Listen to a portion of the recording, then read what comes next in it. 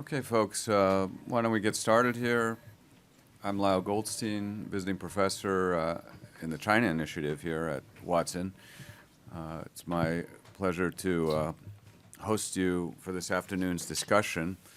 I think just about all of us had a very depressing several weeks as we watched a second major war explode upon the world with all kinds of devastating consequences. But more than a few people have observed that while watching the second war unfold, we had better not forget about that first war.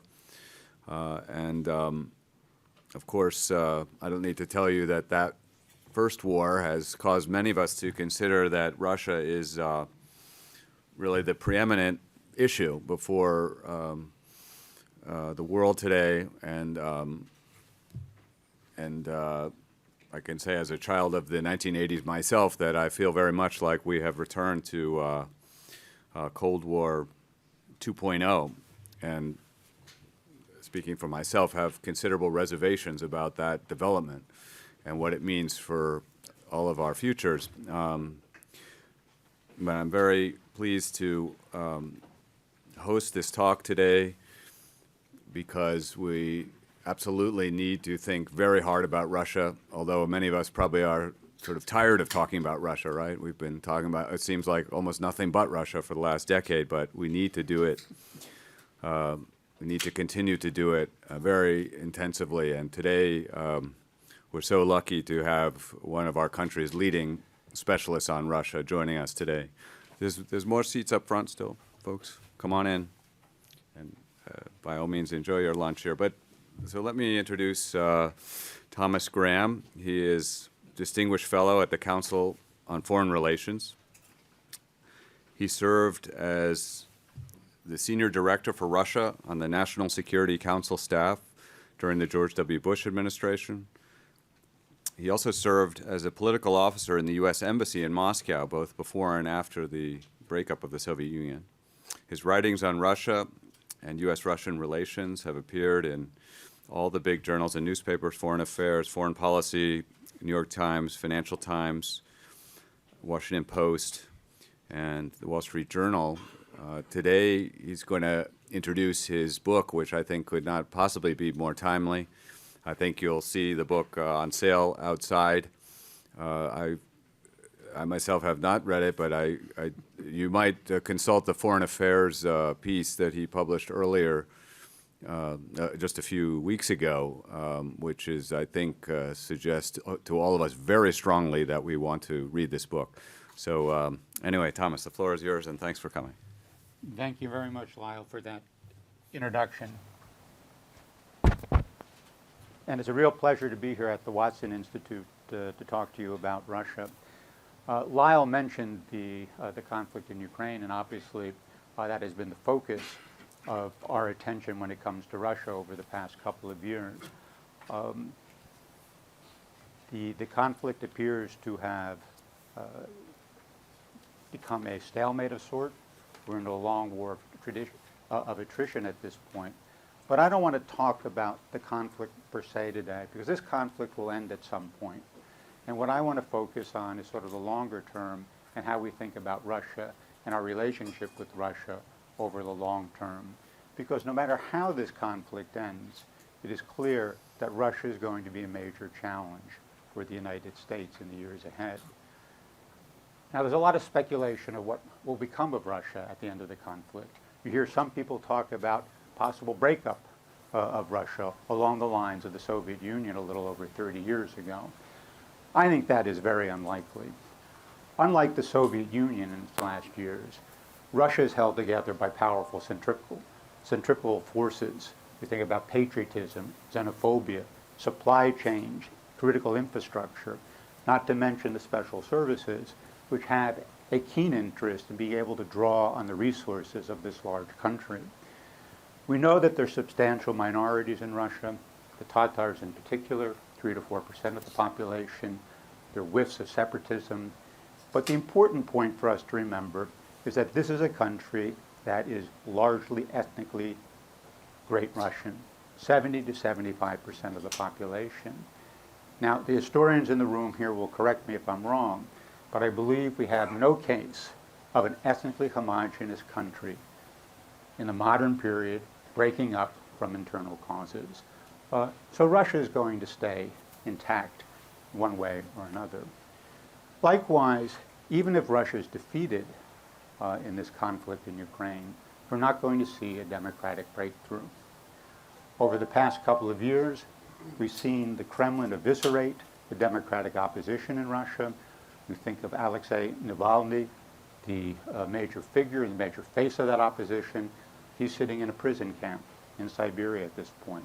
Most of the other key leaders in the democratic opposition are also either in exile or in prison somewhere in Russia.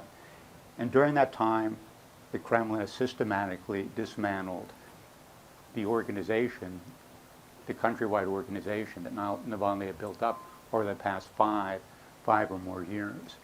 Beyond that, I think if you look at the surveys, public opinion, you'll see that there's very little elite or popular support for the type of democratic breakthrough that many people in the West would be hoping for in Russia at the end of this conflict. So what this means is that barring any extraordinary circumstances, that what we're likely to see at the end of this conflict and over the longer term is the emergence of a Russia that is a version of its historical self. And that means it's going to be authoritarian in its political system. It's going to be expansionary in its foreign policy impulse. It's going to be lagging economically and technologically, certainly behind the United States, but many other countries in the world. And yet it's going to be determined to remain a great power on the global stage. And this Russia is going to be a rival of the United States, as indeed it has been for most of the period since the United States emerged as a great power at the very end of the 19th century. So the United States is going to have to deal with this Russia post-conflict. Now this Russia is going to matter, perhaps not as much as it mattered during the Cold War, but it's going to matter in very important ways. Think of Russia's large nuclear arsenal, its capabilities in cyberspace, its capabilities in space. Russia is going to be a key factor in strategic stability going forward. It's hard to imagine any reliable code of conduct in cyberspace that doesn't include Russia. And if we think about proliferation of weapons of mass destruction, if we think in particular about how we might manage the North Korean problem, the Iranian problem, it's hard to see that anything practical coming out without some U.S. and Russian cooperation. Now, beyond the strategic issues, Russia is going to be an important element in European security. Now, the immediate question I think many people in Europe are asking is whether European security needs to be structured against Russia, or can it be built in cooperation with Russia over the longer term? We don't know the answer to that, but what we do know is that Europe is not going to escape the conundrum that is faced for at least the past 200 years. And that is, how do you structure your relations with this huge country to the east that is alien in values, but indispensable to your own security going forward? If we think beyond Europe, go to the north, to the Arctic. Russia has about half the Arctic coastline at this point as its national territory. You're not going to be able to deal with the problems of the Arctic, the exploration of the vast mineral resources of that region, the Northern Sea Route, which is emerging as an important maritime route between East Asia and Europe. You're not going to be able to deal with the problems of climate change that are most pronounced in the Arctic without Russia being a factor in all of that. Now, if we look farther afield, Russia may not be at the center of our concerns, but it's still an important country. Think of the Middle East today. Now, Russia may not be playing as active a role as many people had anticipated in this current conflict, but it still remains true that Russia enjoys constructive relations, more or less, with all the key regional powers. Iran, Israel, perhaps not to the extent it did several weeks ago, but nevertheless, it's an important relationship. Egypt, Saudi Arabia, and Turkey. The Russian relationship with the Saudis is going to be an important factor in oil markets, global oil markets. And fossil fuels, despite the movement towards green technologies, are going to remain an important component of the energy mix for decades into the future. And then finally, Russia has a growing military presence in Syria, an air base, a naval base, which allows Russia to project power into the Eastern Mediterranean. Think of the Indo-Pacific region. Here, Russia has valuable resources in its landmass east of the Urals, and those are resources that can be used to fuel a robustly growing China at this point, enhancing China's capabilities to present a strategic challenge to the United States going forward. At the same time, you see Russia trying to develop relations with other countries in order to act as a hedge against Chinese expansion over the future. Before the Ukraine conflict, relations with Japan, South Korea, and India as factors in this Indo-Pacific region that Russia hoped would enhance its capabilities vis-a-vis China going forward. And then finally, if you think of the great transnational challenges that we're going to face over the next decades, climate change, pandemics, proliferations of weapons of mass destruction, Russia is going to be a key factor. It's one of the 4 largest emitters of greenhouse gases. There's not going to be any solution to the climate problem in Russia unless Russia is part of this.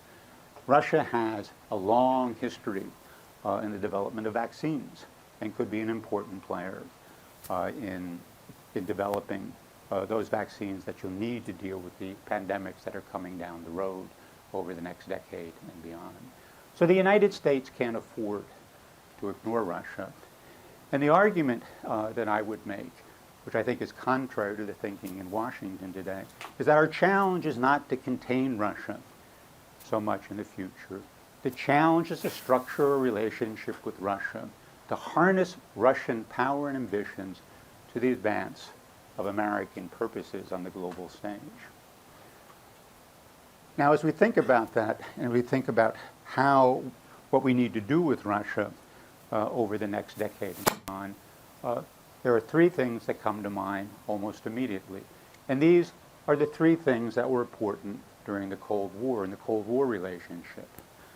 First, we want to ensure that nuclear weapons are not used in a confrontation.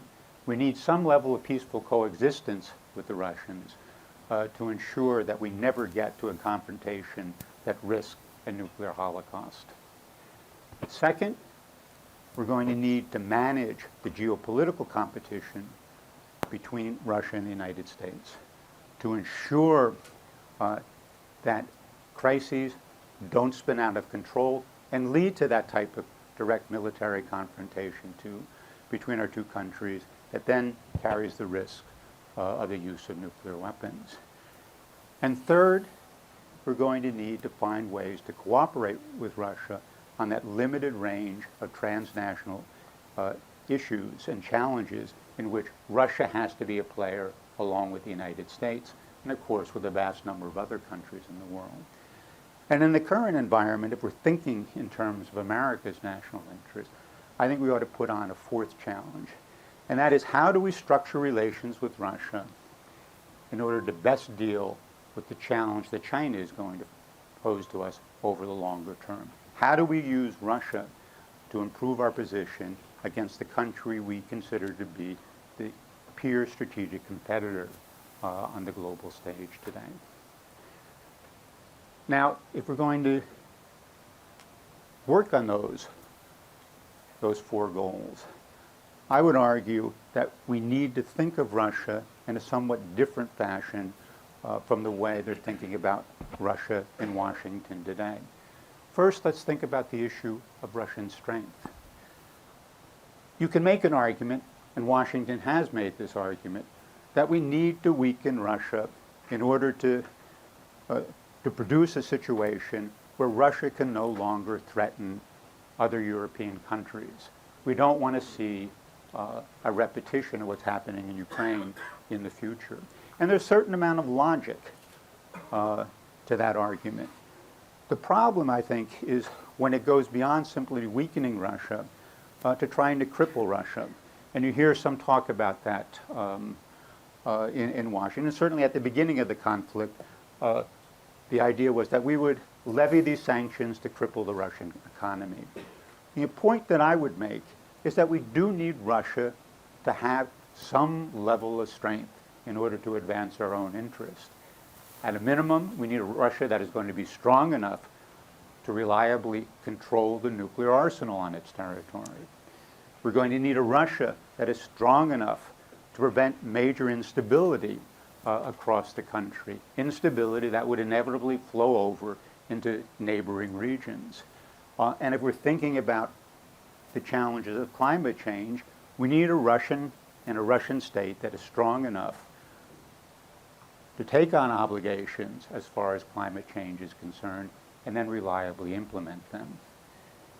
More controversially, I would argue that we also need a Russia that is strong enough to act as a reliable element of the regional equilibrium that we will want to create all along Russia's periphery in Eurasia, in Europe, the Middle East, South Asia, Northeast Asia, and the Arctic. We don't want a situation to arise in which China can take advantage of Russian weakness, get easy access to its natural resources, reliable access at discounted prices, something that would enhance China's capabilities vis-a-vis the United States. We don't want China to be able to exploit Russian weakness so that it can dominate the Northern Sea route, the exploration and development of natural resources in the Russian zone of the Arctic region. And then finally, although we don't like to talk about this that much in Washington or in the United States, period, is that we need a Russia that's strong enough to maintain European unity. Europeans have come together because of a fear of Russia.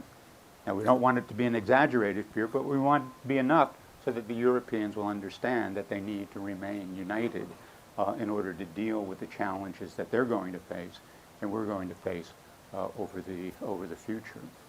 So we need a Russia that is strong enough to accomplish these tasks for us, perhaps not so strong to pose an overwhelming threat towards Europe in particular.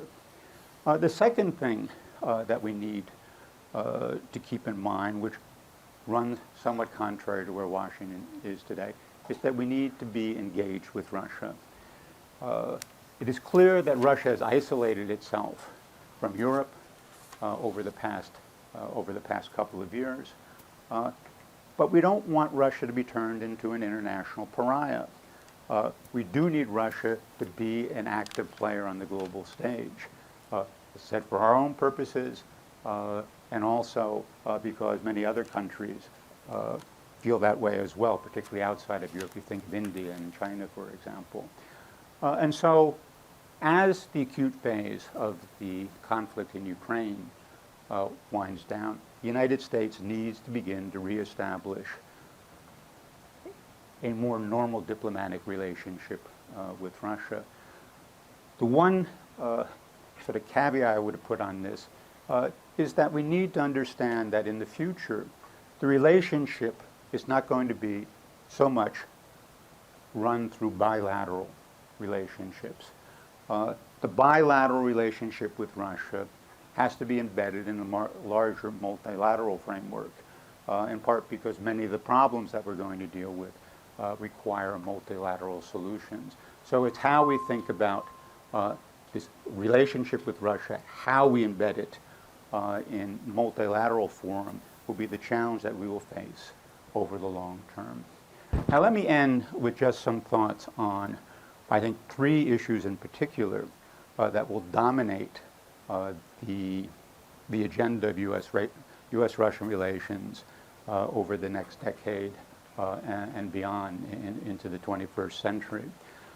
These are strategic stability, European security, and the question of China.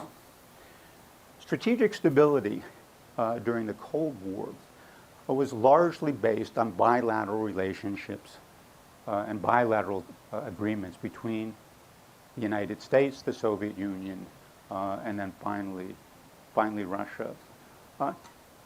That system, I think, is dying away, and it can't be resurrected because the strategic environment is changed in radical ways over the past decade, and will continue to do so in the years ahead. Think about the nuclear equation to begin with. China is modernizing and enlarging its own strategic forces. You can't think of a stable strategic environment that doesn't include China as part of that equation. So at a minimum, you need to have a trilateral agreement between the United States, Russia, and China that is going to manage the nuclear equation. Beyond that, we've seen modern technology, artificial intelligence in particular, proliferation of ballistic missile technology, cyber weapons. That means that there are many, many more countries that can play in the strategic realm than was the case just 5, 10, or 15 years ago.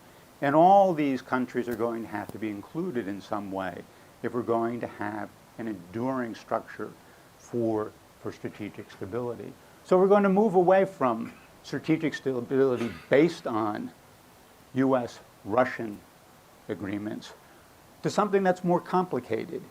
And it's going to be a network of interlocking bilateral and multilateral arrangements, understandings between countries, codes of conduct, unilateral steps by individual countries to deal with this challenge going forward. And this is a massive challenge of conceptualization for the United States, for the world as a whole. And the two countries that have the longest and deepest experience in conceptualizing strategic stability are Russia and the United States. And some joint effort between those two countries is going to be necessary if we're going to come to some sort of arrangement that we can then spread across the globe in the years ahead. European security.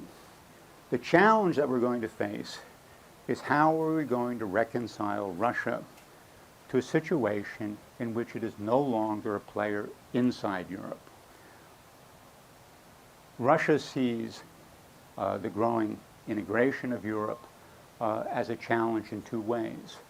If Russia does not play inside Europe, it loses that strategic depth that has been critical in the Russian thinking to their own security for the past decades, hundreds of years, centuries.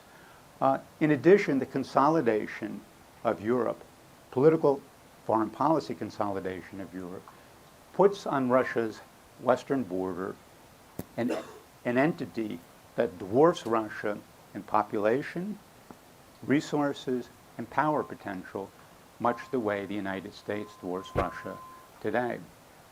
So the question is, how are we going to reconcile Russia to this new arrangement, something that Russia has resisted for decades?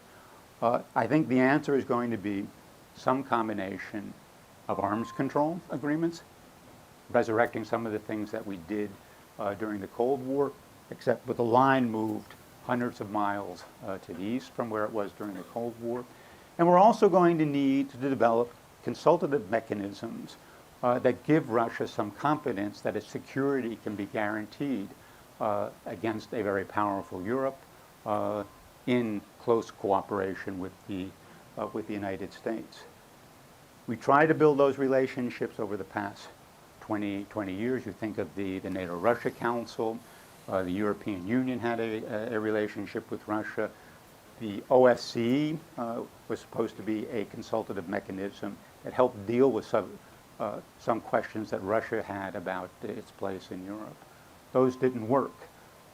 What might change and make this more productive in the future is we actually saw the emergence of a Europe that has some strategic autonomy, that was capable of acting independently of the United States on the global stage, while still being closely aligned with the United States on some of the major issues that we're going to face going forward.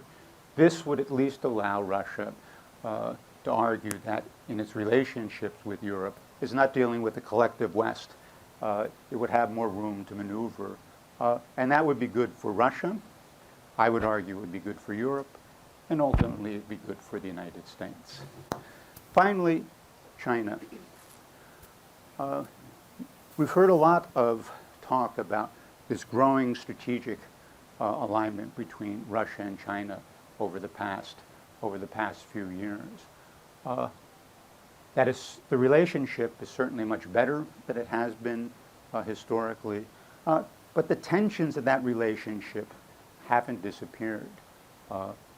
There are territorial issues that the Chinese raise from time to time, growing out of the unequal treaties that were signed in the 19th century, when Russia seized much of the territory in its Far East now, particularly around Vladivostok. There are issues of nationalism and racism that are problematic in the relationship.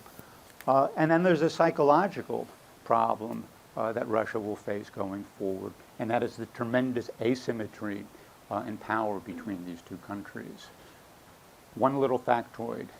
In 1991, 1992, the Russian and the Chinese economies were roughly the same size. Today, the Chinese economy is 10 times the size of Russia's, and that gap is only growing. Another illustration of the change in the relationship.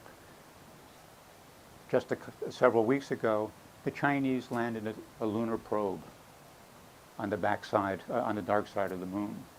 First country to accomplish that task.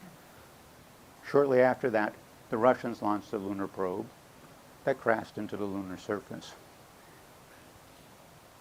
The Russians were incapable of doing today something that they could do 40 or 50 years ago. And that technological gap is growing at a rapid rate now as China plows more and more money into cutting edge technologies like artificial intelligence, and the Russians lag far behind. So there is this tension in the relationship that's covered up by this talk of strategic alignment, the rhetoric that comes out of Vladimir Putin and Chinese President Xi Jinping. Excuse me. The Russians know that they need to hedge against China over the future. You see them trying to do that through some of the organizations that they helped create in the 2000s. Think of the Shanghai Cooperation Organization, the BRICS, and they're trying to repurpose these as institutions that will limit Chinese capabilities going forward, will constrain China in some way. But I think the fact of the matter is that Russia cannot really construct a hedge against China in the countries of the global south or in Eurasia. The only place Russia can find the hedge that it needs is actually in the West, and first of all, the United States. And that's what provides the opening for the United States now and into the future. Now, we have to understand that we're not going to be able to rupture the relationship between Russia and China. There are very good reasons why Russia would want to enjoy at least working relations with this large, robustly growing giant to its south and east.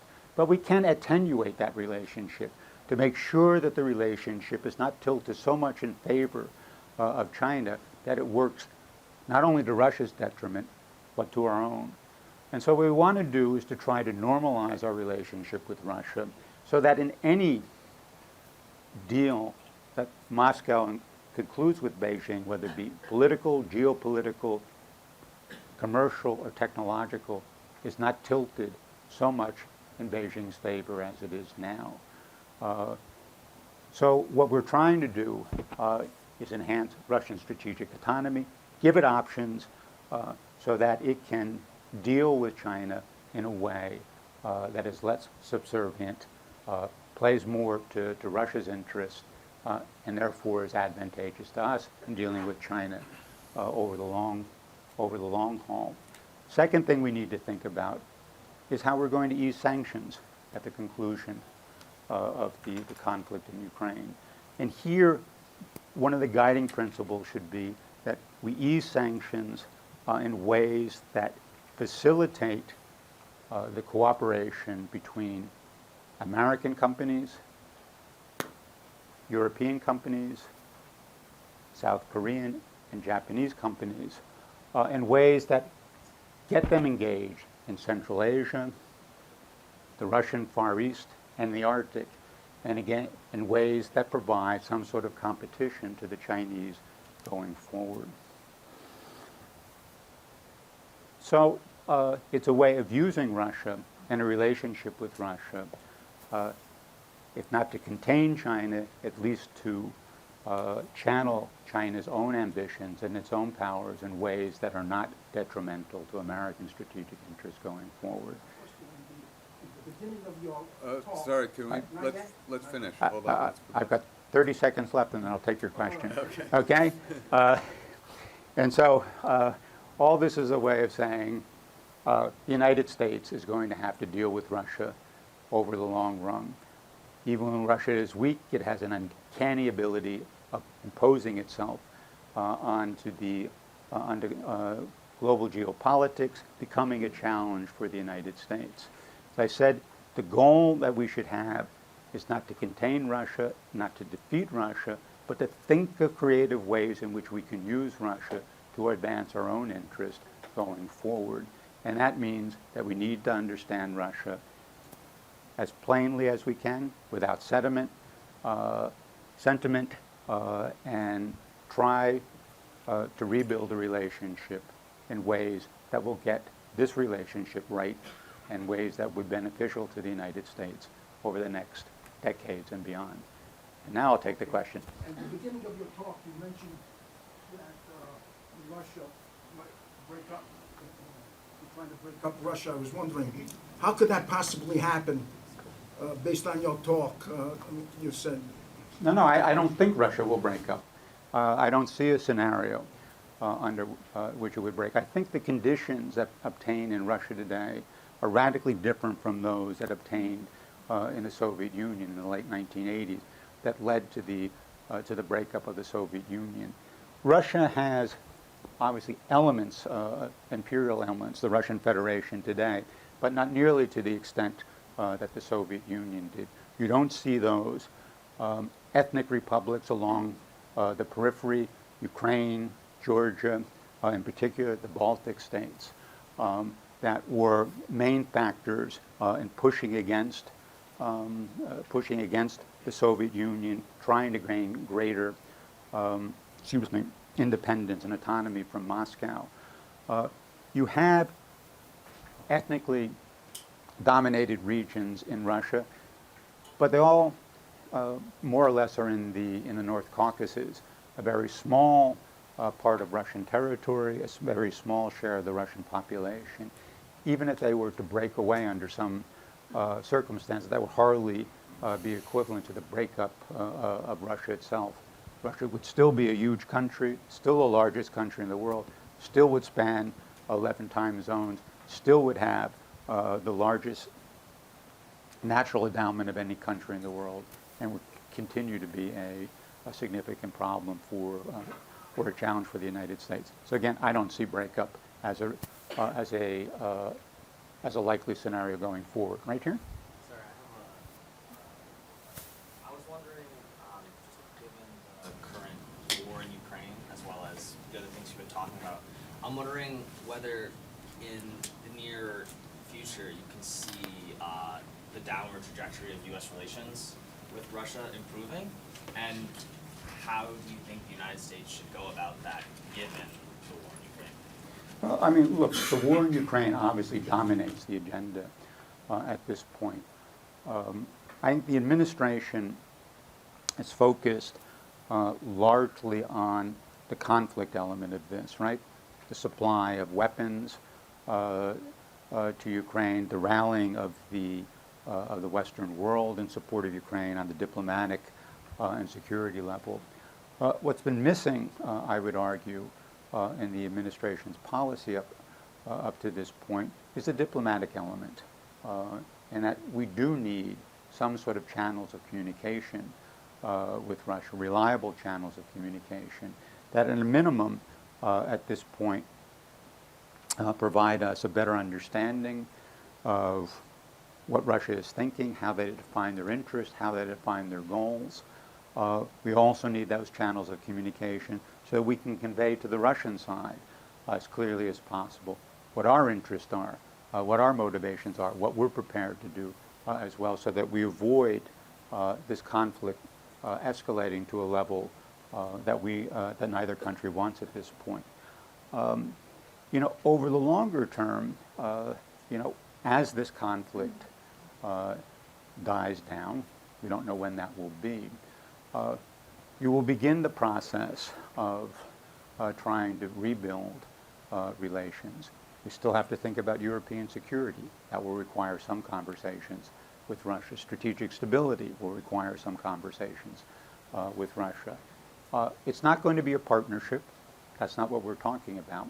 We're not going to go back to, what we said, business as usual in the way we thought of it in the 1990s or the 2000s. But it'll be some business that is focused on stabilizing the relationship, managing the geopolitical competition between our two countries in ways that doesn't risk the spiraling into confrontation that I talked about before. So, again, it's not a bright future, but we move from an adversarial relationship as we have today to a competitive relationship. You want to follow up, and then I'll go down here. I'm just wondering, why you propose, opening up, diplomatic relations again? Given, before the war, we had, students in Russia, and we had diplomatic relations with them, and that seems to not have worked. That we had a conversation with them, especially given post the 2008 war in Georgia and their invasion of it. We treated them in a certain way, and we had these diplomatic relations, and it didn't change anything. I'm just wondering, Well, but actually, if you go back and look after 2008, we did scale back the diplomatic relations that we had with Russia at that point. And the actual interaction between the two countries, which at a much lesser level than it had been up until the Georgian conflict, I think particularly about the 1990s, the 2000s.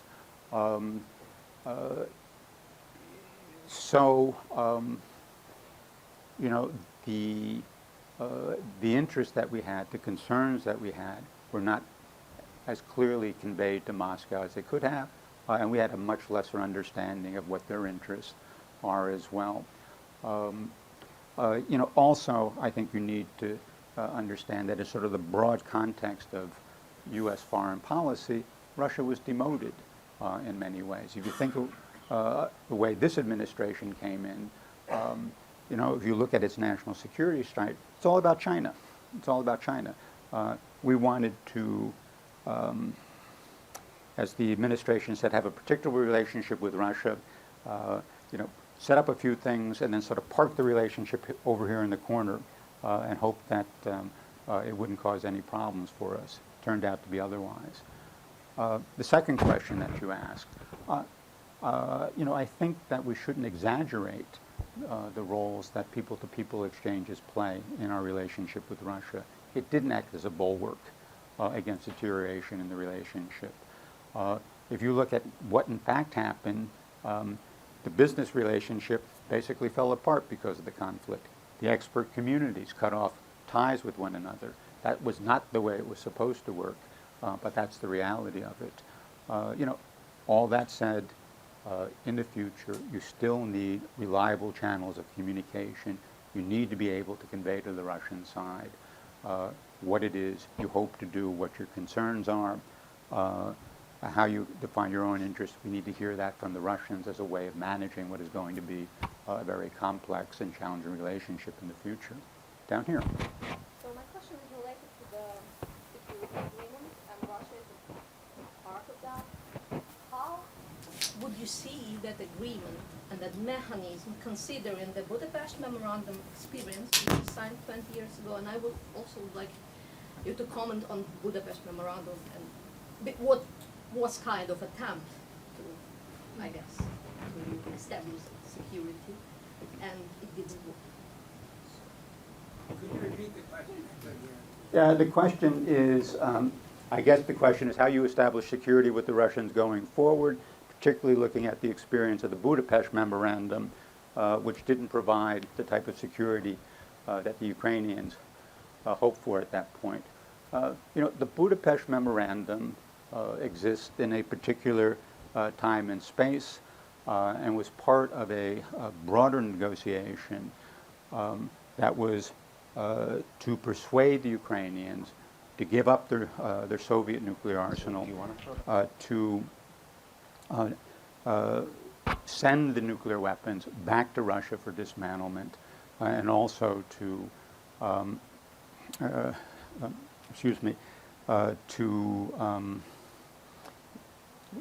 they need, right, to destroy the means for delivering those weapons, particularly the ballistic missiles.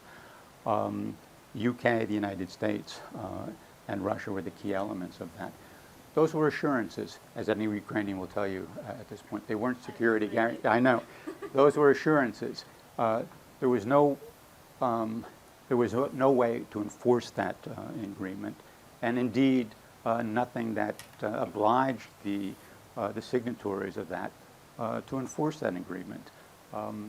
And the Russians clearly violated their pledge at this point and didn't meet any significant resistance from the United States or the other signatories. Think about Crimea in 2014, the fomenting.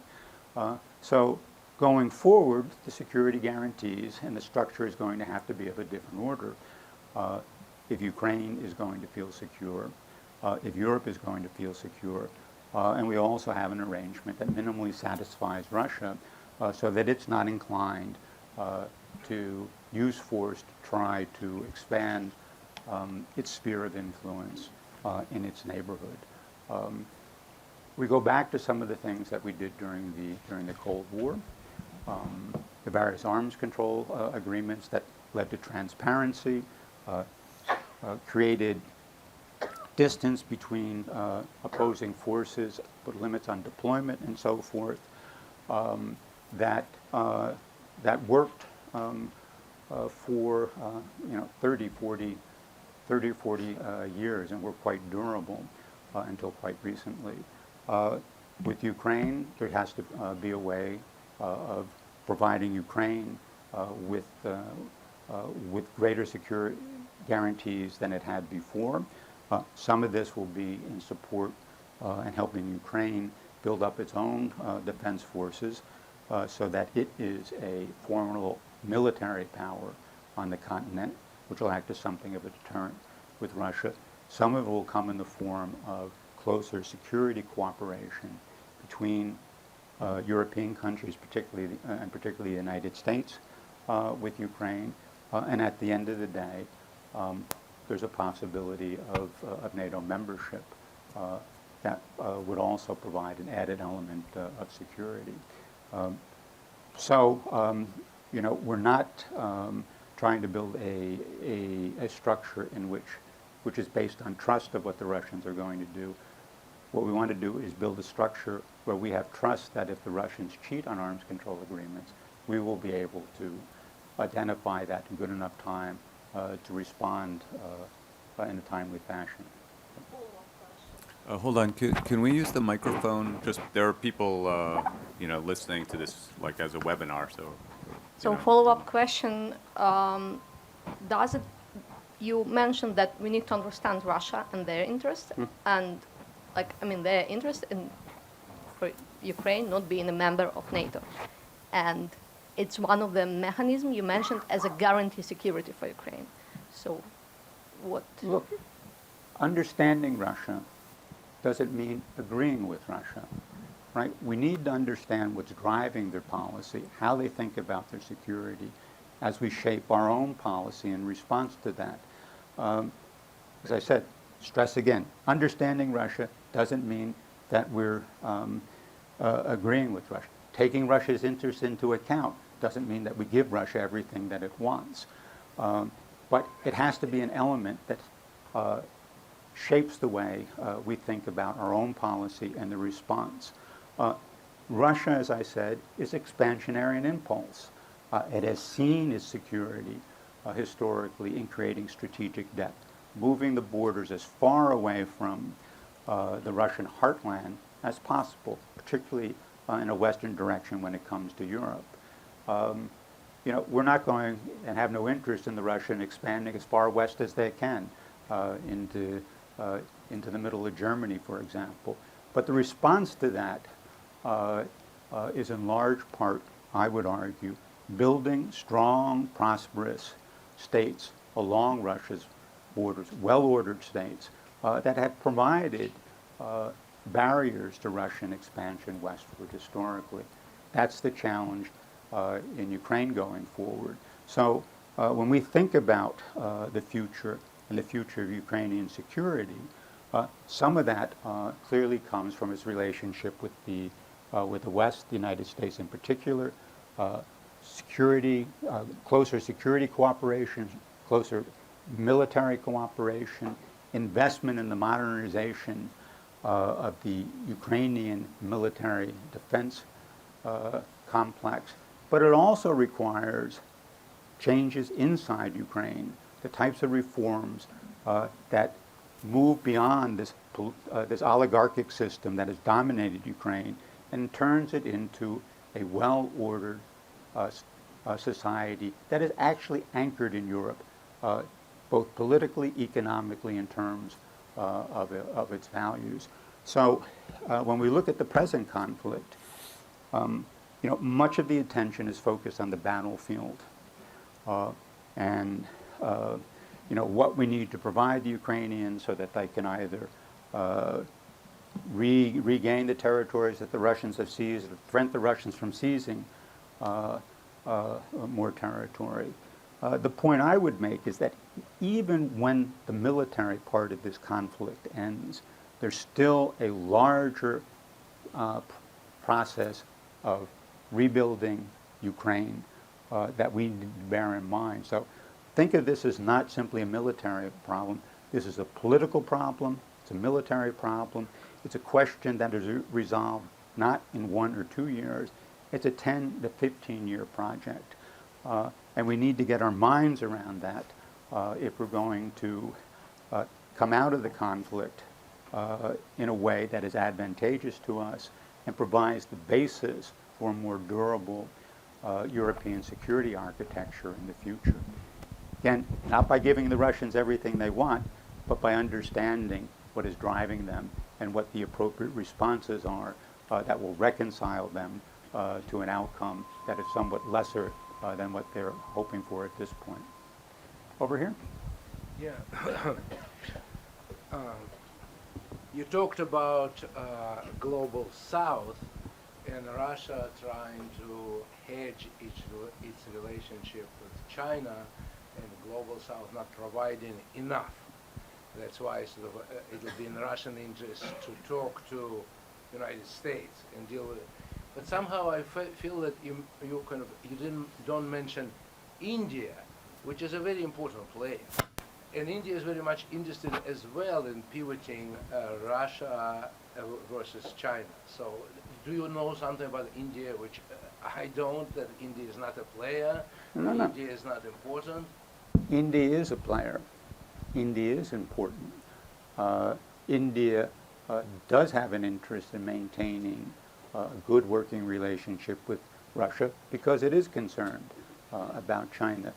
The only point that I'm making is that that India is not a sufficient hedge against China going forward. Certainly not on its own. It has a a large population, clearly. It's a growing economy, but it still pales in comparison to the Chinese economy. It has certain military capabilities, which are much less than the Chinese have at this point. So India plus China really doesn't provide, India plus Russia doesn't provide Russia with the counterbalance it needs for China, neither on the commercial side, economic side, nor the security side. So you have to look somewhere else. You can't add countries like Brazil, South Africa, and hope to have the adequate counterbalance to China. It has to be somewhere in the West, and the United States is where you go if you want to do sort of one-stop shopping in order to provide that hedge. So there's a strategic logic looking forward as to why Russia should want to rebuild its relationship with the United States in particular. That's not a route Putin's going to take, because I think politically and psychologically he's unable to do that at this point. But I think a future Russian leader will understand that logic. Same token of what I'm arguing is the United States should understand that we have a logic in rebuilding a relationship with Russia that will provide us another country, another component that we can combine in various ways that will reduce the challenge that we're going to face from China going forward. Building coalitions. Just one final point on this. This is not necessarily, and doesn't have to be directed against China. China can be part of these coalitions, but that is, but it's a coalition that China will not dominate. The United States would play a significant role, and that again is a much better relationship for us than one where China basically has reliable access to Russia's resources going forward. Okay, I'm going to go over here, and then come back. Do we need a mic? Yeah.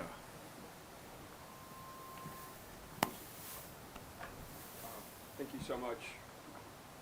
See, now it doesn't work. I think it's working.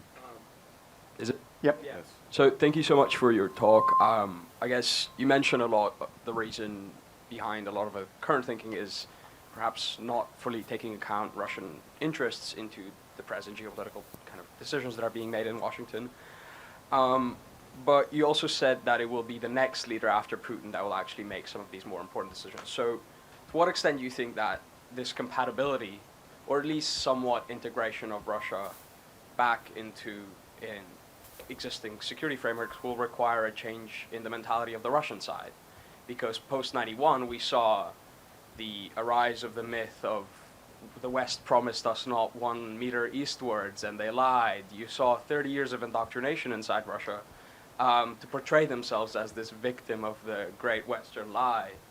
And you saw these imperialist tendencies post-91 continue and persist, with Russia separating its foreign policy in the Eastern European space from its foreign policy everywhere else. So to what extent do you think that a change in the Russian mentality is also necessary to actually become compatible with this new security agreement, with these new things that you strive for? Well, it's hard to see a change in Russian mentality, right? It is a matter in change. It's a matter of changing the circumstances on the ground in the regions surrounding Russia that lead to narrow the range of choices that Russia believes it has in order to guarantee its own security going forward. So, as I've already indicated with regard to Ukraine, part of the challenge of reconciling Russia is, in fact, Europeans getting their house in order, dealing with their domestic challenges. Same thing is true of the United States. Part of it is greater unity inside Europe, of taking the European Union and expanding its role on the security side so that there's much greater coordination of security and foreign policy among European countries. That then provides a stronger entity that Russia is going to have to deal with. It will lack the capabilities to play a major role inside Europe, and will have to figure or focus more on how it manages a relationship with Europe. That is positive going forward. That doesn't mean that Russians aren't going to think about their security in terms of strategic depth. That's where arms control comes in, moving strategic depth from control of territory to deployment of military forces. That would give the Russians some confidence that a Western military is not going to march across the borders into Moscow anytime soon. So little things like that, again, that understand the way Russians think about security, but adapt it to the geopolitical realities of today. Over here? Yeah, I guess now I'm a little bit confused in as much as I think you could pretty easily argue that everything that Russia has done vis-a-vis Ukraine from independence on has been designed precisely to prevent Ukraine becoming a member of the European Union and a member of the European community. So why we would expect that behavior to change is, I think, the questions that the Ukrainians are positing to you. I just wanted to ask a perhaps unfair question. No, unfair questions are allowed. Yeah, which is, you know, the infelicitous phrase of a war of attrition dying out. How do you see it ending? Right. Okay. Let me take again, to reiterate what I've said on the Ukraine question.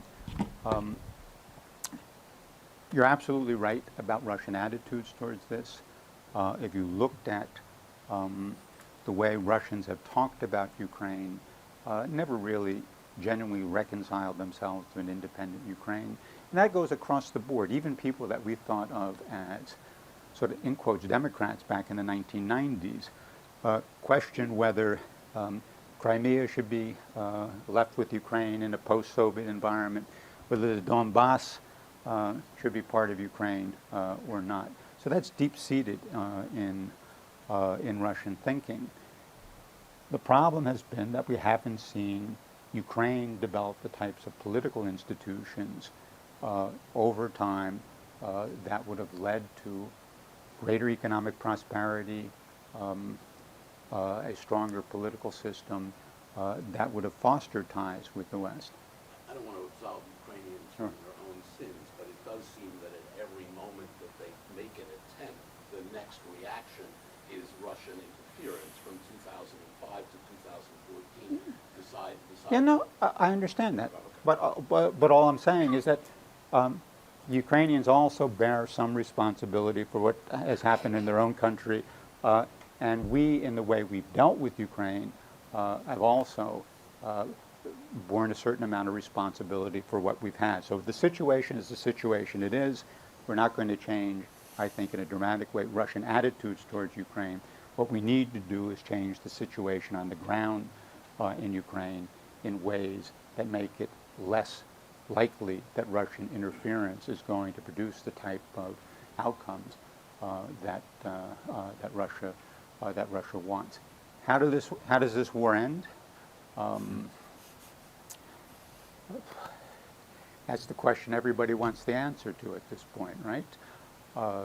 If it's a war of attrition, I think it ends in one of two ways. It ends when both sides are exhausted and realize that they have serious problems in continuing the conflict, or it ends when both sides come to the conclusion that no level of continued military effort is going to lead to a significant change in the situation, and therefore it's time to come to the table and cut a deal. When we'll reach that, hard to say. I don't think it's going to be 2024. So we're looking at least another year of conflict, but sometime between after 2024, quite possibly. I see no interest in Kiev or Moscow in coming to negotiations at this point. The only thing that Kiev is prepared to negotiate is Russia's capitulation. The only thing that Moscow is prepared to negotiate is Ukraine's capitulation. despite the stalled offensive, the public opinion polls in Ukraine indicate that Ukrainians still, a significant majority, want to continue this conflict and believe that they can win this conflict. On the Russian side, the Kremlin, Putin believes that Russians are more resilient. They look at the disparity in population size, economic capabilities, and believe that they can outlast Ukraine. And then they look at what they see as the growing debate in the West, particularly in the United States, about support for Ukraine, and believe that time is on their side. And certainly they're not going to back away until November 2024 to see who the next president of the United States is going to be. So I think that guarantees a conflict continuing through 2024. After that, if you reach the level of exhaustion and you come to the negotiating table, then you have two very sensitive issues and challenges that will have to be negotiated. One is Ukraine's security orientation. That gets to the question of Ukraine's relationship with NATO. And then you have the territorial issue, which is probably the most difficult and the most sensitive one that we'll have to deal with.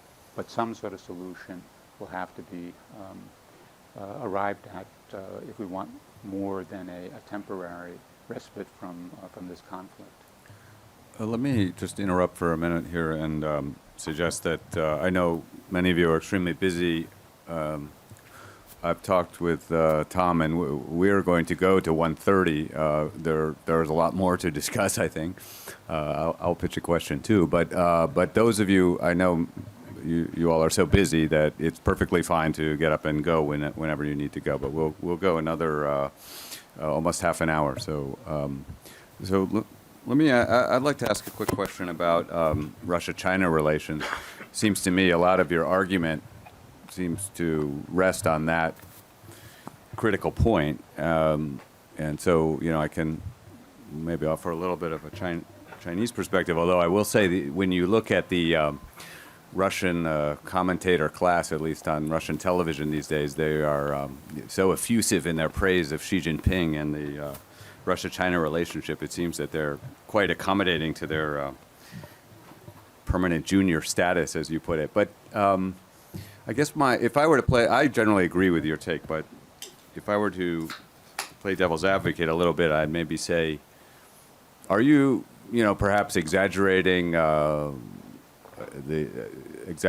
threat from China? In other words, do we really make our Russia policy largely about China? That seems odd. And then, are we also exaggerating the Russia-China, I call it a quasi-alliance, but is it really dangerous? What are the manifestations of that really bother us? You talked about them getting cheap resources, but that's just a pure contractual, India is also getting, a lot of the world's getting cheap resources now from Russia. So, and finally, you said we shouldn't expect to wedge them apart really, but is there really a there on towards the kind of separating them, if you will? Could you kind of spell that out more, what your vision is there? Okay, first of all, the relationship between Russia and the United States is not all focused on China. Obviously, it's much larger than that.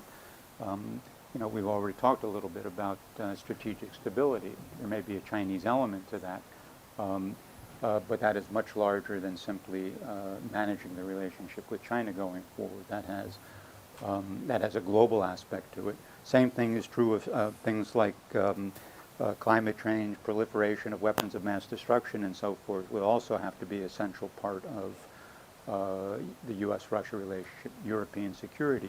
So China is out there in some ways. I do focus a lot on China because that seems to be what Washington's worried about. And sort of putting in that context, I think leads to at least the argument being considered in Washington in a way that it wouldn't if China weren't sort of front and center in the way we talk about the relationship going forward. You know, I still think from the conversations that I've had with Russian experts, Russian officials over the years, suggest that strategic autonomy is a large part of the way they think about Russia and Russia being a great power, and that is clearly challenged by the asymmetries between China and Russia that are only going to grow in the future. And that they do think about how they're going to manage that relationship over the long term. And then what I hear is, well, we look to the global South, we look to these institutions that we created in the 2000s. Let's repurpose them to provide a network that constrains China in some ways and therefore allows us greater room for maneuver than we might have elsewhere. I've already argued I don't think that's going to be adequate going forward. What does China get from this? Resources. I wouldn't play down the role of resources, but to put it in a somewhat different context, one of the axioms of American foreign policy for the past 125 years has been prevent either Europe or East Asia from being dominated by a hostile power or coalition of hostile powers. The Cold War was such a challenge for us because the Soviet Union, in the heart of Eurasia, had the potential to dominate both Europe and East Asia. So we're going to not be concerned about a China that's linked up, Chinese capabilities, technological capabilities, linked up with Russian resources in a landmass that stretches from the Western Pacific to the periphery of Europe, would strike me as something of a strategic challenge for the United States going forward, and we would have an interest in ensuring that you don't have that type of a strong strategic alliance that would challenge the United States, certainly throughout Eurasia, and then more broadly. Given the realities of the relationship, I think it's unrealistic to think that you can drive a wedge between these two countries, that you can produce a significant cooling in the relationship.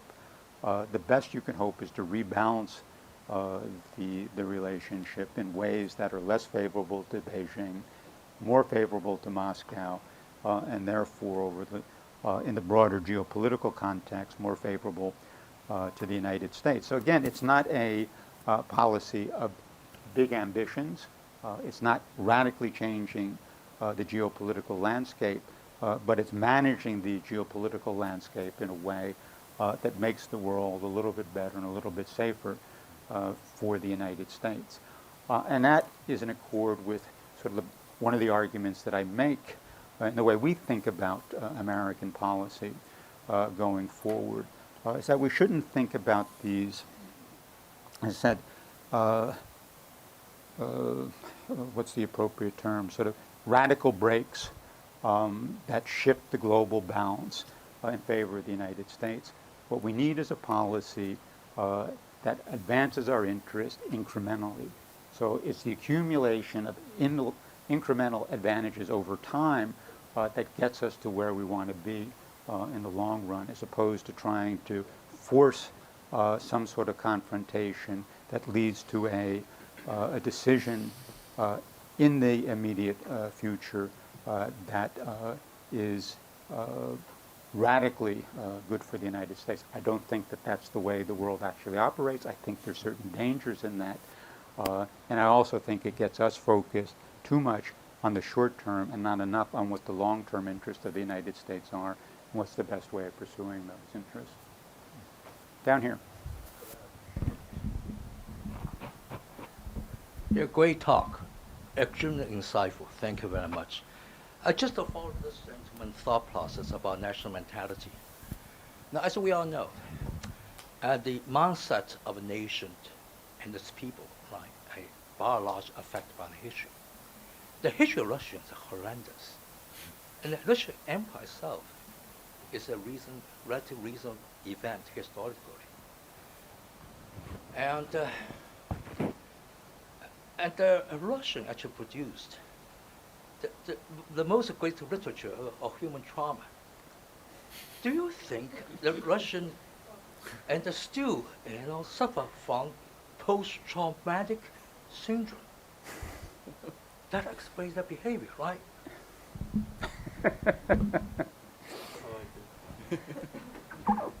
You want to expand on that for us? Sure.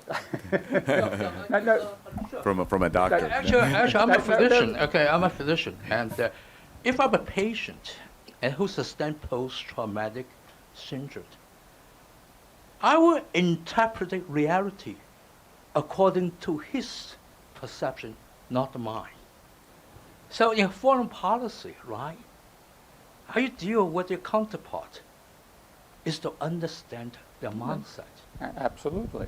But, what we say in the foreign policy world is strategic empathy, being able to put yourself in the position of the other side and see the world through their prism. Again, to understand what's motivating them, what's driving them, and to factor that into your foreign policy response so that you produce the outcome or have a greater chance of producing the type of outcome that you want going forward. Russia's a difficult country to deal with, in part because of its history, its mentality. I think we suffer in the United States from a first reaction that is that the Russians are a lot like us. And then we don't understand why they react the way they do. And it takes a while to understand that there are significantly different ways that grow out of the national historical experience, the geopolitical imperatives and so forth, that cause Russians to react in different ways to similar phenomena for both countries. So it is a challenge, and you are right. One of the differences between, I think, the Russian mentality and the American mentality is Russians really do think in terms of cycles of rise, decline, resurrection. And they have had an experience historically of state collapse on a number of occasions. The United States, when we look back at our history, we tend to smooth out all sort of the down parts of it and describe a rising arc of progress towards a more perfect union, right? That's the narrative in the United States. So we... Manifest destiny. Right, exactly. So, yeah, there was a civil war, but, we did have the 1960s, but that's not the way the Russians look at the world, in part because they have had real historic state collapse, and it's happened twice in a little more than 200 years. And that, again, leads to very different views on how you think about your security, how you think about the possibilities of your country going forward. I think we have some people who haven't spoken Yeah, up over here. Grant Road, and then Danny Shu. And we're getting a little low on time, so if I can ask people to be And for succinct me to with be their even shorter, right? question. Okay, good. Well, thank you very much. I think the value, the big picture and looking long into the future is helpful to me. 2 weeks ago today, Vladimir Putin was on the stage in Beijing with the Third Belt and Road Forum, the marquee personality. And it made me wonder, because the Euros were skeptics, very few showed up, but in the global south, many did show up. And what is the future of this in terms of Chinese commitment, in terms of bonds with the Russian? And I heard the term used, one belt, two roads, during the course of this. And of course, this refers to the Indian Ocean plus the Arctic route. And is this something that is going to be important not only for resources, but also for transport. Will trade move from 1 or 2% to actually 50% of trade going north and south on these great routes? Is this a vision? Is this a long-term potential bond for Russia and China over the next few decades? Well, the Indian route isn't. The Northern Sea route, we'll have to see.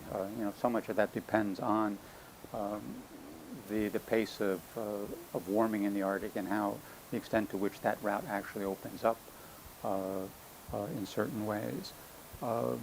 Whether that binds China and Russia closer together or not, I think is an open question at this point.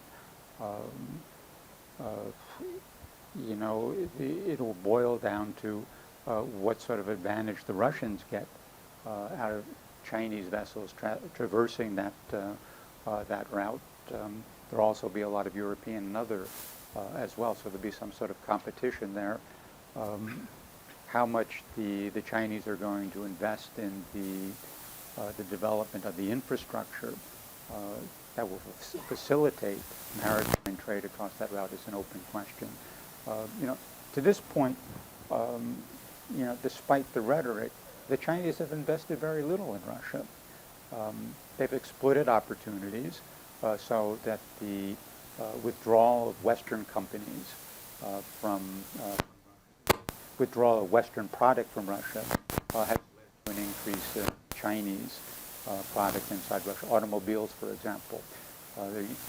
This is a market that used to be dominated by Western models, now replaced by Chinese models. Same thing on mobile phones, where the Chinese are playing a role there. But if you look at what the Chinese have invested inside of the development of Russia, it's minimal. Nothing compared to what Europeans and Americans had invested in Russia. And there's no sort of sense that that is going to change. If you look at the summit that you talked about, the Belt and Road Initiative, one of the big things that was on the agenda for Putin was this gas pipeline into Russia called Power Siberia 2. And he came and made all sorts of announcements about how important this was and how people agreed that we need to build this pipeline. Depends on Chinese finance, and it depends on Chinese money. Xi Jinping barely mentioned it, and one of the sticking points is almost certainly price. How much the Russians think they're going to get for their gas, and China's not willing to pay an elevated price at this point. Putin looked good in the optics because he stood next to Xi Jinping in what they call the family photograph of this. But if you look at what he actually got in terms of substance, very, very little. So it's a complicated relationship, and Xi Jinping, the Chinese say the right things. They know that the Russians don't have any other options at this point, but they're not cutting them any slack on the commercial side in order to build a closer relationship with the Russians. Right here, Dennis, Chu. Thank you. So I have two quick questions, if that's all right. So first, does U.S. domestic politics allow for engagement with Russia? And second, about security arrangements, theoretically, Russia being the weaker side has the incentive to manipulate risks to change the status quo.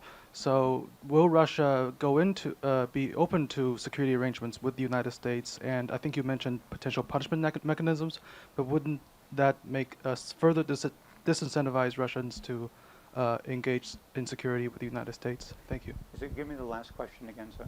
Yeah, so do you think Russia will be willing to go into security mechanisms, as you said, risk management mechanisms with the United States? Because it should have the incentive to manipulate risks to change the status quo, being the weaker side. So particularly with regard to nuclear weapons, right? So so Russia, Putin has made numerous threats about basically quasi-brinkmanship. So if there are risk management mechanisms, that won't, those won't work anymore. So, do you think Russia will? Okay. Yeah. Answer to the first question is, to put it mildly, public atmosphere in the United States discourages contacts with Russians at this point. You know, expert community to expert community, for example. You know, we've also created a situation in which, and this is both sides, where it's very difficult for people to travel between the two countries. And then you've got the sort of the domestic political situation in Russia itself, which leads a lot of American either tourists or experts to wonder what they can say or do and not run afoul of the Russian authorities in ways that means that they're going to have to forfeit the second half of the round trip ticket to Moscow. So that is a problem going forward, despite the fact, I think, that if you look at this objectively, both countries have an interest in maintaining some flow of information between the expert communities. On risk management, you know, you've got to get to the place where you can actually engage in that. We did this throughout the Cold War, so we can do it again. Will the Russians try to manipulate it to change the status quo? You know, almost certainly. But you know, that's the challenge that we face in any type of arrangement like this, is limiting the or narrowing the possibilities that the Russians can use this in a way that's detrimental to our interests. So that gets down to deft diplomacy in dealing with the Russians. Thank you. Maybe I'll ask one more. We got one over here. Okay. Well, go ahead. With sort of your predictions on the way Russia will go, you said more authoritarian, more expansionist. I want to ask of Russia's sort of international military projection, where Russia is involved in a lot of conflicts and wars and sort of other interactions militarily, economically, to sort of prop up certain authoritarian regimes. I know they like getting involved in the Middle East, Syria. Sort of with the way you predict Russia to go, do you see this way it flexes its power changing and expanding? And if so, where would they do this? Okay. So first, just a mild correction. I didn't say more authoritarian, more expansionist. It will be authoritarian the way it has been historically. It will be expansionist. More or less is an open question. On the question of military and the use of the military, you know, I would argue that the conflict in Ukraine has in fact eroded Russian capabilities to use the military element in an extensive way outside of Ukraine. So if you look at what has happened over the past, you think of the recent conflict between Armenia and Azerbaijan. This is an area that Russia would claim is in its own sphere of influence, and Russia played almost no role.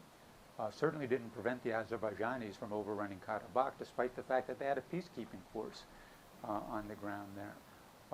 You know, there are closer ties between the Azerbaijanis and the Turks that have impacted on the South Caucasus in ways that Russia wouldn't have tolerated just a few years ago.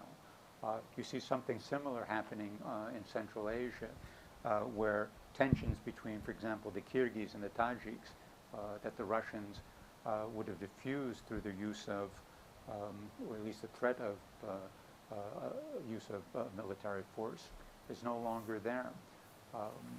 You know, they are not playing the role in Libya that they did before, because they withdrew many of the forces to deal with Ukraine. And again, if you think about the current conflict in the Middle East, the Russians would have boasted 3 or 4 years ago that you can't solve any major problem in the Middle East without the Russians at the table.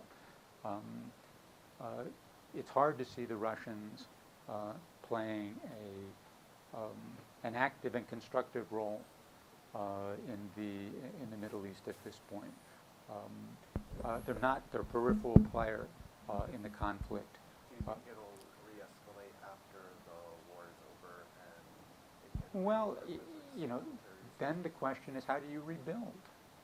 Right? I mean, the cost of the conflict in Ukraine have been colossal in terms of human life, in terms of the equipment that has been destroyed. It will take several years at a minimum to rebuild that, and to do that on an economy that has fewer capabilities or fewer possibilities now than it did 4 or 5 years ago. The Russians aren't investing in research and development. If they're focused on technologies in very narrow spheres, not sort of across a broad front that they would need to be competitive, and also to produce the type of advanced and sophisticated military equipment that they would need over the long run. So Tom, we got one more question here. Not to cut you off, but one okay, final well, question. I'll say so.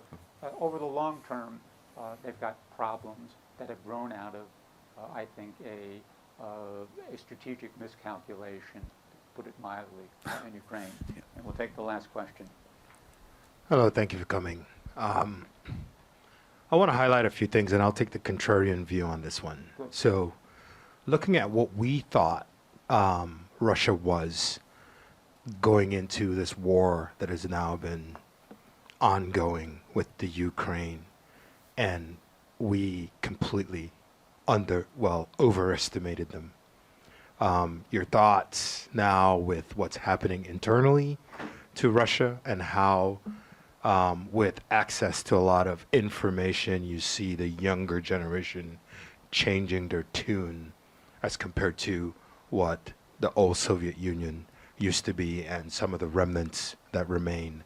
I would like to ask you, based on your inputs today, what if we got it wrong now, based on what you're looking at? What assumptions would you make, or predictions would you make based on that question, that will lead us towards what you advocated for in the very beginning with leveraging Russia to hedge? And are your comments being made based on Putin no longer being in charge?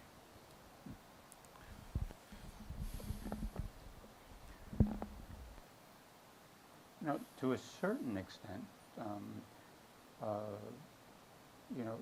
the way I think about this is a post-Putin Russia, because eventually we will reach a post-Putin Russia. How quickly that will come or not. I think a wrong assumption would be that post-Putin Russia leads to a radical liberalization of the country, so the democratic breakthrough scenario, which I don't think is likely.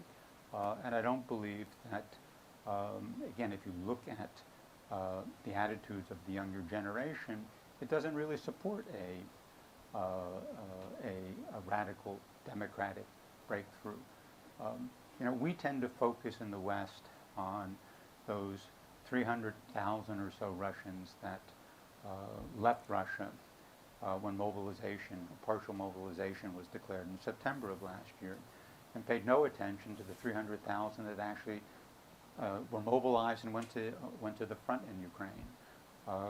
We've paid less attention to the numbers of Russians that are now contemplating going back to Russia, in part because they haven't found satisfactory living conditions outside. I think if you look at the younger generation at this point, it doesn't lead to a bright democratic future in Russia, and it would be wrong to make that assumption and base our policy on that. you know, I also think it would be wrong to base our policy on the assumption that any leader that comes after Putin would have to be worse than Putin. I think we will get post-Putin a Russian leader who falls within the broad framework of Russian foreign policy tradition, and sort of bring Russia back to what has been its foreign policy based on pragmatism, realpolitik. Again, it doesn't mean that we're going to be partners, but it gives us something to work with. What has happened that has been disastrous for, I think, for Russia, but also for our relationship with Russia, is that Putin has moved away from a pragmatic approach to Russian foreign policy to something, for better or worse, that we can call a messianic approach. If you listen to the way he talks about himself, about Russia's role in the world, it is far removed from what we as outsiders would say would be an objective assessment for Russia.